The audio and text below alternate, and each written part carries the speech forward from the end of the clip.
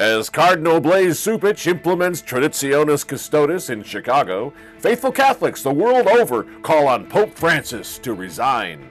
COVID mandates are being lifted all over the world, so why did the Vatican just mint a brand new coin immortalizing vaccines? What's next, Francis? A Bill Gates coin? Tonight, resisting the globalist Pope to his face, are these the last days of the Francis Revolution?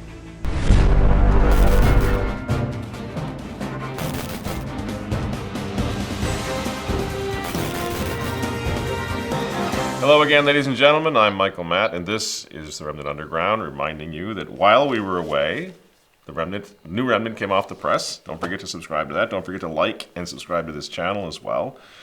We haven't gone for a couple of weeks because we were over on pilgrimage. We're going to get to that in a moment.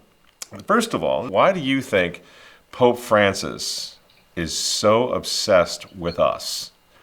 Now, this week he came out once again swinging at Latin Mass Catholics. You know, the folks with the large families and all the little kids, they really are public enemy number one for our dear Pope Francis. He's not talking about the fact that crime is creeping out into the suburbs. He's not talking about what he should be talking about as far as the church is concerned.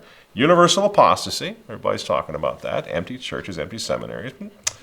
He's not talking about heretic German bishops' conferences getting ready to wreck doctrine and moral theology in the church. He's not talking about pedophile priests chasing the kiddies around. He's worried about these guys.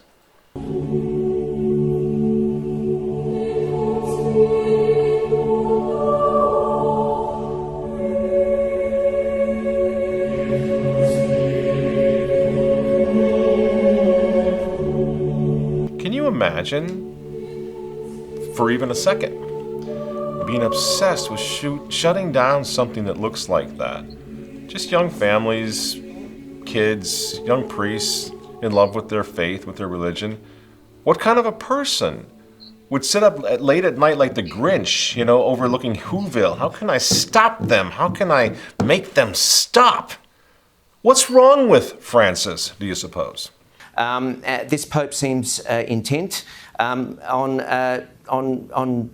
trolling conservatives and trolling traditional Catholics, the ones who want to remain faithful to the church and want to stay in it, but he seems intent on doing everything possible to drive them out, following these woke agendas. I think I know why, and I'm going to share it with you tonight, and I'm curious to see what you think. I think we need to take a giant bow. Let me just tease it that way. It has a lot to do with what we've all been doing with respect to Francis's revolution to wreck the church. I'm going to get to it in a moment. And I saw this, I'm just back from pilgrimage in France. No, I'm not vaccinated. You don't have to be vaccinated to go to France or the EU anymore. They've waived it all. They've lifted it all. You don't even have to be tested. We're going to get to that in a moment, too. Things are changing rapidly, and it's of that I wish to speak tonight. Things are not going well in Little Davos or in the Vatican. Those COVID restrictions were just unexpectedly lifted by Macron. Whoever saw that coming? I certainly didn't. They're lifted, and just like that, 20,000 traditional Catholic young people, they took to the streets of Paris. I'm talking about last week this happened. And they sent a message loud and clear to the entire world. Tradition is the future. There is no need, Mary, nor ever has been, which thou canst not succor, Immaculate Queen. So, again, back to that question. Why is he so obsessed? You think it has something to do with the clip you just saw? Yeah, I think it does. Absolutely. You see, because friends, what's happened here now? We've been saying this all along. Don't stop fighting. Keep fighting. Don't ascribe omniscience to these people or all-powerful capabilities to these people. They're stumbling right now. And what's happened over the past couple of years, as they realize this thing didn't quite go as they thought, and there's this massive awakening, as was again sort of driven home in France last week, what happened actually, friends, is that conspiracy theory that this video over at YouTube will have right down here. If you mention New World Order, if you mention that Great Reset, conspiracy theory, right? Because they want to keep us safe over at YouTube. That conspiracy theory over the past couple of years is what? It's become the conspiracy, breathing as one. It's become the conspiracy fact. They've been exposed. Are they going to be able to regroup, come back, and take us down again? We're going to find out. But for the moment, right now, they have been totally exposed over the past 2 years. It's not a theory anymore. Even the COVID testing requirement was dropped when we went to France 2 weeks ago, whenever it was now. We had to go get the thing stuck up the nose and test to see if we were positive, and then when we got the negative test, we were allowed to fly to France. It was intrusive, it was uncomfortable, it was stupid, but we had to do it. By the time we returned to Minneapolis, I'm hearing the flight attendant say, "Hey, did you hear? They dropped even the testing requirement." So even the Biden administration is going, "Man, this isn't working. So let's, at least for the time being, let's drop that requirement to get people tested to fly," right? Did you see that coming? I sure didn't. Even airline officials, friends, in Charles de Gaulle Airport in Paris, they were completely and clearly and obviously done with this stupid reset thing. I'll give you an example, a Delta gate agent. I'm in Paris, Charles de Gaulle. The gate agent says to me, "Excuse me, sir, can you fill out this form and get in that line? It's about the COVID testing." And I grab her stupid form, like paper all over the place. We've got these pieces of paper. I thought we were in a paperless society to save the climate. I guess not. Not when they want to have the, sort of the props for keeping everybody in line and locked down and doing as they're told. So she gives me this piece of paper. I'm supposed to fill it out. So I stood there looking at this thing, and I'm looking at a line that's about a mile long in Charles de Gaulle, and I said, finally, I got a little impatient. I said, "Lady, what are we doing over here? I got my COVID test. I uploaded the results to your system just yesterday. Now you want me to stand in this stupid line for an hour and a half? Could you please just tell me why? What's going on here?" And the poor woman, she just looked defeated. She shakes her head. She goes, "You know what? I don't know. You're right." She says, "Have a nice flight, sir. Just board the aircraft." And I thought that's a metaphor kind of for the whole thing. People are so sick and tired of this. Mr. Schwab, Mr. Gates, Pope Francis, they're done with it. You see? And why are they done with it? Because the Great Reset is stupid. The lunatics of Davos are ridiculous. They're maniacal, they're crazy. And everyone who's now living through their little future, they're reimagining the future, living actually through the beginning stages of it, they're like, hell no, what's going on? What are these lunatics doing? Who empowered them to do this to our world, and why are we putting up with it? Normal people. They want to go back to the way life was. They want to go back to the old normal, to the extent that it was normal, but they want to go back and just live their lives, right? Regardless of what this creepy old gas bag from Davos has to say about that. People assume we are just going back to the good old world which we had, and everything will be normal again in how we are used to normal, in the old fashion. This is, let's say, fiction. It will not happen. So how's that working out, Klausy? Because I know I just flew back from Europe. It looks pretty much like the old normal. The airlines, they dropped the mask mandate for a reason. You remember what that is? That's because the airlines, the flight attendants, they were tired of the masked up folks who were intentionally being driven nuts by the lunatics of Davos. They were tired of those people losing it and trying to kill each other at 35,000 feet.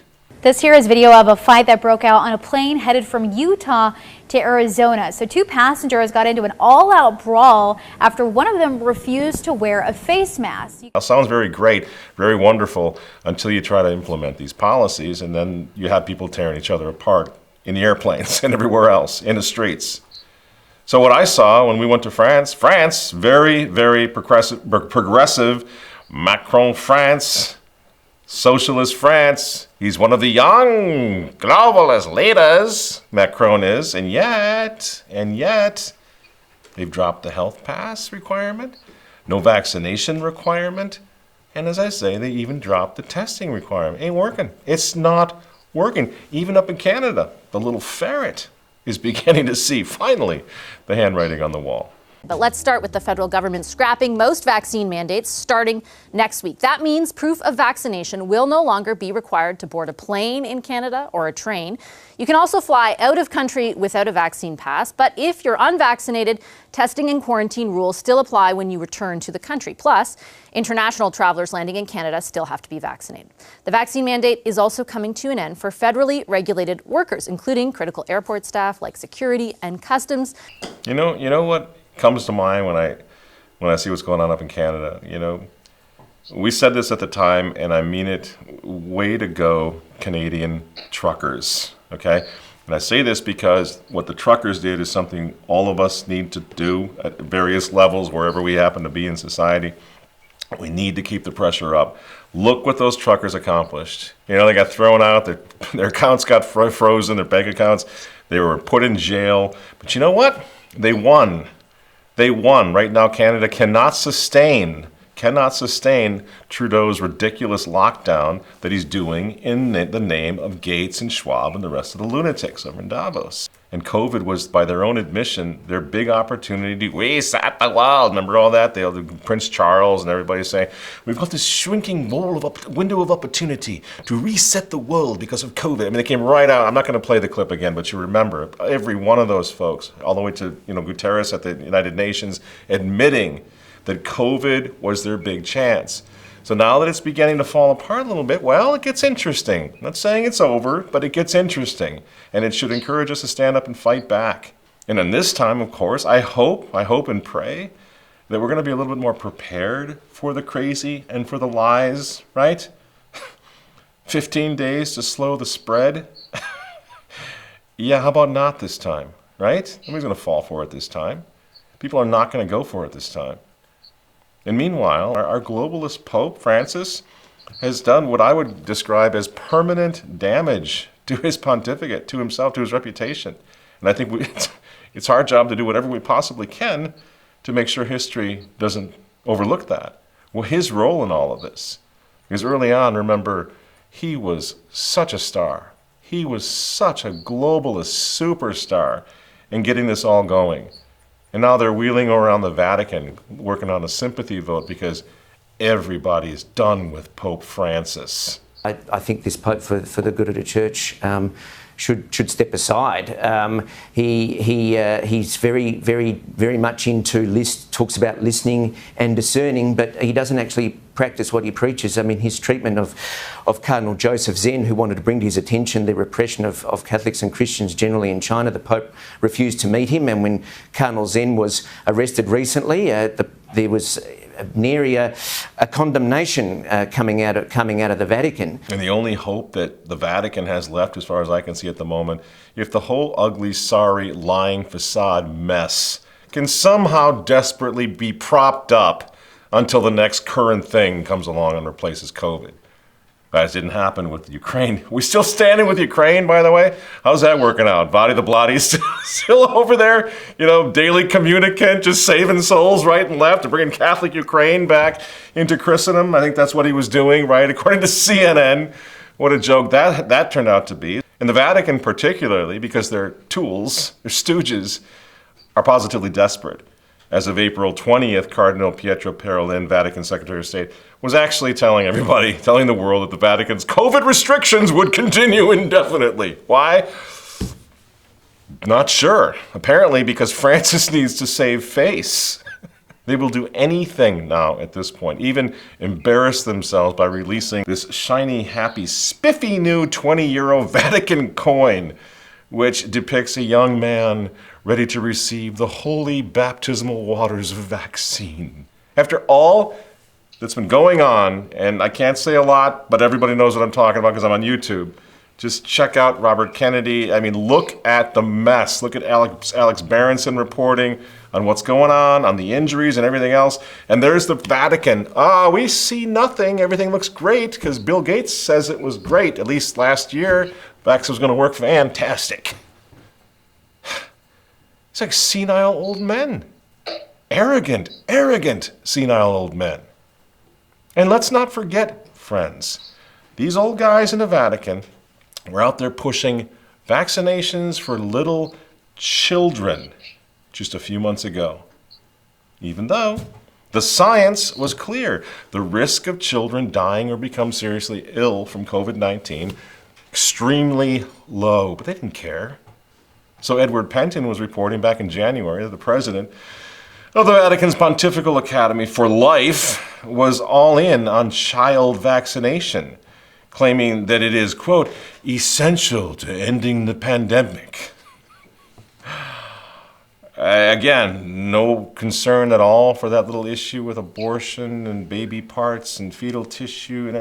None at all. Packley told Crooks on December 17th, and even if children show no symptoms, this again is Edward Penton reporting, even if they show no symptoms, they should be vaccinated.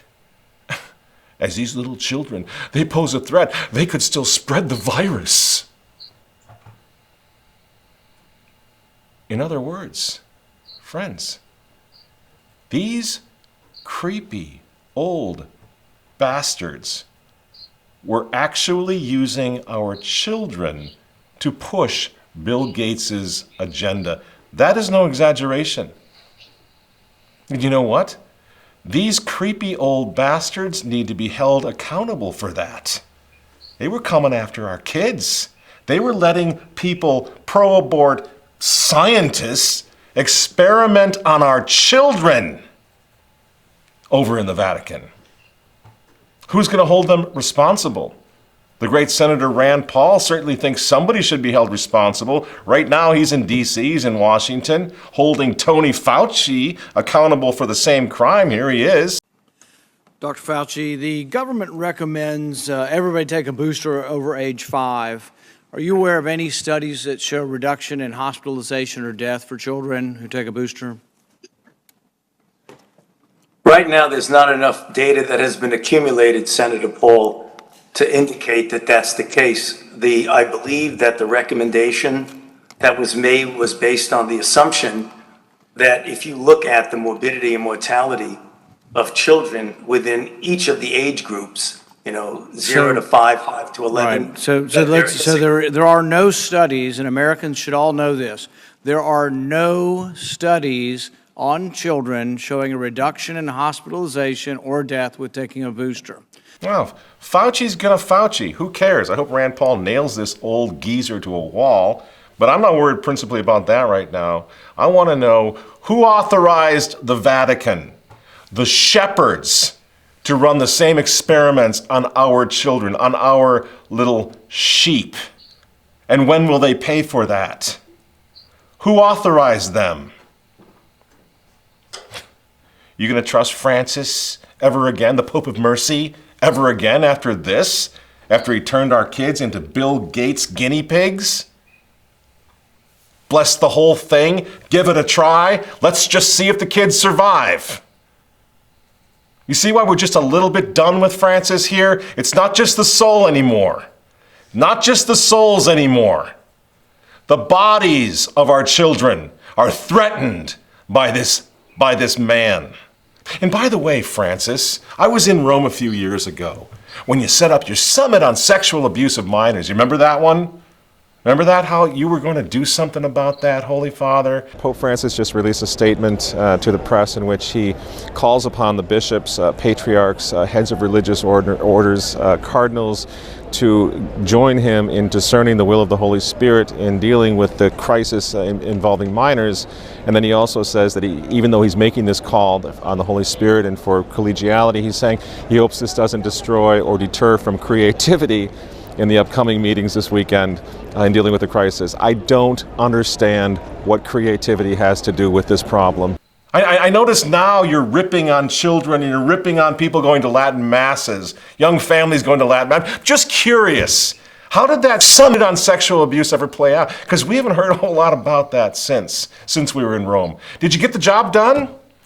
Are you listening still? You doing anything to protect the kids, or did you just kind of give up on that project too? I'm sorry, friends, this is a joke, and it's a dangerous joke, this pontificate. What are these guys doing? They are a threat to our children. And you know what, friends? This goes back to the top of the show when I asked you, why do you suppose Francis is obsessed with us? I would say to traditional Catholics, In here, our country, Europe, all over the world, I would say to you all, take a bow. You didn't fall for it. You weren't seduced. You weren't intimidated by this experiment that Francis has been running to destroy the church. Take a bow, traditional Catholics. You exposed the fraud that he is, that the Vatican is right now, the dangerous fraud. And by your refusal to comply with Francis the globalist, you put the lunatics of Davos, ironically enough, you put them on notice that their guy, Francis, is not capable of delivering you, of delivering us. We resisted him to his face, and we will continue to do so. And that, dear friends, is why Francis is furious at us. In the middle of all of this, apostasy, world wars, so-called pandemics, all of this, he's obsessed with us. Don't you see? Because we represent like the coal, the fire in the furnace, the pilot light that hasn't gone out. We've kept the faith, and we are not going to comply. And from our midst, our children, as we saw in France last week, younger, bigger, more organized, the clans are united all over the world, and Francis knows it. And that's why he's obsessed with us. Remember what we were doing? There is no weather, and there is no force or principality in heaven and on earth that can stop us from offering the sacrifice of the Mass. Remember, it was like something out of movies, the traditional Catholics, what they were doing a couple of years ago in the parking lots. You remember Francis was out there doing the bidding of the lunatics of Davos, and where traditional Catholic priests are practically, they're becoming folk heroes out in the parking lot with monstrances in the snow. You saw the video, remember? Refusing to go along and sending a message to the world. Not all the Catholics are, the faithful Catholics of this world and the Catholic Church are not going along with Francis. So yeah, I would say that's why Francis is obsessed with us. That's why he again took time off from his busy schedule of fear-mongering climate change last week to actually go and tattle on us to the editors of Jesuit magazine. Oh no, scary, the editors of Jesuit magazine, please, Holiness, don't go there, because they're scary guys. Jesuits, oh my gosh. And then when he gets to Jesuit magazine, he starts calling us names again like a child. He says that we gagged the Second Vatican Council, that's why we're so dangerous. And then he said we never actually accepted Vatican II, and that's the problem, and that we have 40 more years now to learn to accept Vatican II. So, of course, he has to get rid of the Latin Mass. Well, nice job, Francis. So accepting the council now, according to you, that means going along with the New World Order. Is that what you're saying? Is that what you're mad at us for? Accepting the council, which, of course, you don't define, but accepting the council means that we're supposed to lose our jobs when the lunatics of Davos shut down the world, or the United Nations shut down, or George Soros. That's what accepting the council means. Accepting the council means getting locked out of our churches and being happy about it. Accepting the council means rolling up our sleeves for Bill Gates. Is that what you're saying, Holiness? You know what I would say to that? Anathema, sit, you angry, judgmental, sad and pathetic old man. Personally, I think that the answer for traditional Catholics, just look them dead in the eye and say, you tell me what you're talking about. You prove that I reject anything doctrinally binding in Vatican II. Over and above that, I am not interested in your hippie Woodstock Council anymore. I'm done with it. Friends, this is war, obviously. But what else do you think we should be doing right now? How long do we stay here? How long do we continue to take this? Because as far as I can see, the faith has to come first. And what does Scripture tell us? But though we or an angel from heaven, remember, I'm talking St. Paul in Galatians, we or an angel from heaven preach a gospel to you besides that which we have preached to you, let him be anathema. Now that's what the inspired written word of God says. And I would ask you, have you heard Francis preaching the gospel of Jesus Christ recently? Or do you hear most of the time preaching climate change and equity and inclusion and whatever else Klaus Schwab is preaching, right? Francis is preaching a new gospel, and it is a non-dogmatic anti-gospel of globalism. So do you really think it's improper to paraphrase Galatians to sound something like this?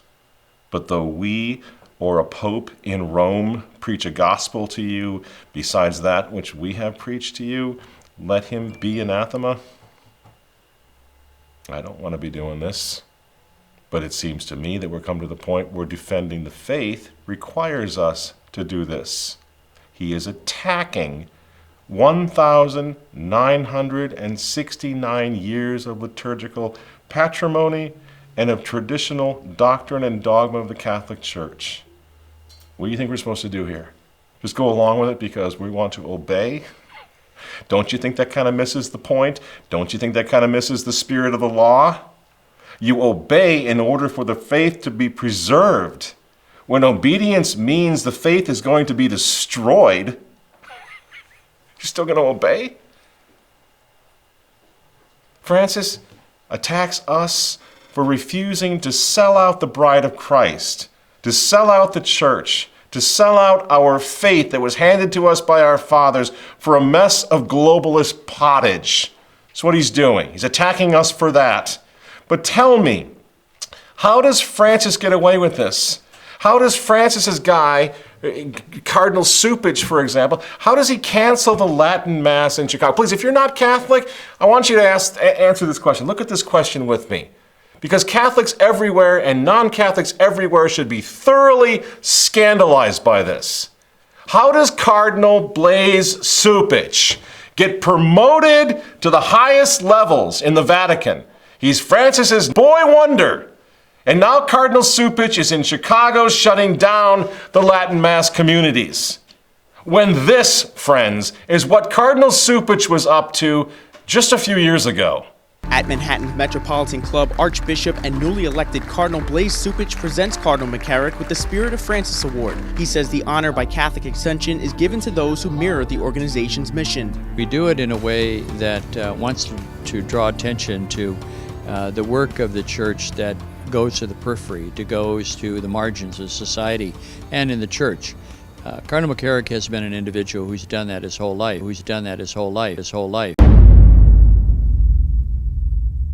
The worrisome thing about this is, let's put this bluntly, everyone knew about Cardinal McCarrick.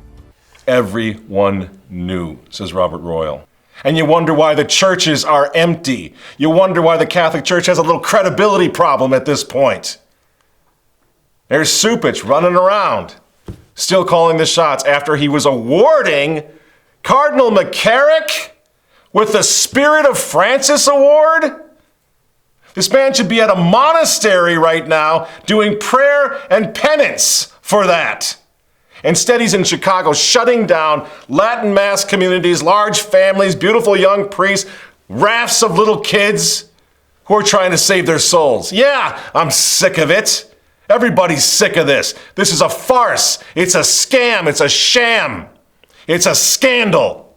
And they're doing the same thing in Washington, D.C. right now with the illustrious Cardinal Gregory canceling the Latin Mass Catholics, even at Old St. Mary's in Washington, D.C. When I was at Christendom College, we used to go out there all the time. Packed out. Patrick Buchanan was always there. Young professionals, people of influence in D.C., in the swamp, good people. Go to Mass there every Sunday. Powerful community. It's got to go, says Cardinal Wilton Gregory. And yet, this is the type of scandal that we're all supposed to forget about that Cardinal Wilton Gregory was up to just a couple of years ago. Catholic Archbishop under fire for living in a huge mansion. His lavish lifestyle outraging members of the church who feel his expensive tastes are completely out of step. This morning, Atlanta Catholic Archbishop Wilton Gregory agreeing to downsize. I'm disappointed in myself. And I don't intend to do that mistake again. He had just started unpacking his boxes 3 months ago at this brand new $2.2 million Atlanta mansion when Catholics around the world began to complain. He's now decided to sell his 6,000 square foot residence with its own elevator, 2 dining rooms, and a panic room upstairs. It sits just around the corner from CEOs and athletes. These original blueprints called for a wine cellar and a chandelier. Tomorrow is another day. The nephew of Gone with the Wind author Margaret Mitchell donated the land and the money, instructing the church to use it for charity. And by the way, while Latin Mass Catholics, families, kids, children, priests, young priests, while they're being thrown out of the church, trans Catholics are in. So says, once again, Cardinal Wilton Gregory. Here he is. Hi, my name is Rory, and I worship with Dignity Washington, just up north of here. I'm a transgender Catholic. And so my question for you is, what place do I, as a confirmed transgender Catholic, and what place do my queer friends have here at this diocese with you? You belong to the heart of this church. And there is nothing that you may do, may say, that will ever rip you from the heart of this church. There's a lot that has been said to you, about you, behind your back, that is painful and is sinful. So if you're asking me, where do you fit? You fit in the family. In the name of God, friends. How can faithful Catholics obey a bishop, a priest like that, like these men, these hirelings? How do we do that? Why do we do that? Is this what God wants? To obey these Judases? And in the name of God, good fathers, traditionalist priests, bishops, I know there's a bunch of you out there. Enough's enough. I know you've kept the faith. I know collegiality has bound you to silence and obeying this, but you can't go on anymore, right? You're not going to go for this. You can't go along with this anymore. This crackdown, this globalist crackdown on Christ the King, on the Latin Mass, faithful Catholics. What are you going to do? 30 years from now, I look back and you say, I just went along with it. I obeyed. I shut the churches down. I kicked the little kids out. I got rid of the young priests. I didn't let the young seminarians get ordained. I obeyed. For what? Fathers, excellencies, eminences. And you don't need me to remind you that obedience is not a theological virtue. We are counting on you to defend the faith, to defend the Mass of our fathers, to defend our children, just as the priests of the Vendée in 1789 did when the revolution came for them. The same revolution, by the way. Those priests, your predecessors, fathers, eminences, excellencies, those priests, they took to the forests and to the marshes of the Vendée, western France, in order to celebrate the Latin Mass in secret if it came to that, and it did, in order to practice their faith under cover of darkness, to save the souls of their outlawed flocks in outlawed chapels. That's what they did for the faith. And if they were caught saying the Latin Mass, the Mass, out in the woods or in the barns or in the marshes, guess what? They were executed for it. They were martyred for it. But they kept the faith. And we have to do the same. Because now the same revolution is trying to crush the faith of our fathers again by outlawing the Mass of our fathers. That's what this is all about. You know that. You're not going to go along with this. Fathers, please lead us. I actually lived through this once before. I know what I'm talking about. I know how it works. I remember when the priests of my childhood came to this point, to the point where they could no longer in good conscience obey evil commands, and so they stopped. And it was hard for them. They were not renegades. It broke their hearts. They were loyal sons of the church, but they could not obey. In fact, there's even a book out there somewhere telling the stories of these priests. I think it's called Priest, Where is Thy Mass? Mass, Where is Thy Priest? We can put the book up on the screen. And one of those priests in this book One of those priests, his name was Father Harry Marchowski. He's a theologian, a seminary theologian who also taught philosophy at Laval University. And guess what? He's just one of the many priests who lost everything after Vatican II because he refused to go along. He refused to comply. He refused to offer the new Mass even. And you know what? Somehow, miraculously, he kept a relationship with his bishop. He didn't just run off and start his own church, but he refused. And so he was on his own for a long time. But he kept the faith. And then he taught families like mine. He taught us the faith. I learned to serve the Mass, the traditional Latin Mass, his Mass, in the basement chapel of my father's home. You see? That's how it worked. And then one day, things improved a little bit, and Father Marchowski actually married my wife and I, blessed our marriage, in a diocesan church down in Naples, Florida. He came back up from the underground, in other words, from the marshes and from the forests. He never left the church, though. The church left him. And today we're going to need priests that are going to do the same thing. Men who will not leave the church, but neither will they obey orders to destroy the church. And again, if we go underground, it's not going to be outside the church underground. It's just going to be down in the crypt for a while, in the catacombs for a while, in the undergrounds for a while, until God raises up the Pope, the saint, to restore sanity to his church. This is his church to save. And then we'll come up again, just like we did after the turbulent and ridiculous days of the 1970s and the felt banners and all the chaos of the post-conciliar, the immediate post-conciliar, the conciliar aftermath. So friends, whether you're a priest, bishop, layperson, you can see what's happening here, right? We're going to get through this, but the choice is simple. We're either going to suffer persecution for Christ's sake, we're going to suffer persecution in defense of the gospel of Jesus Christ, or we're going to obey those who preach a new gospel. And the question is, in conclusion tonight, what's it going to be for you? Because it seems to me that St. Paul has already told us what we need to do. The time has come. Let's do it. And let them be anathema.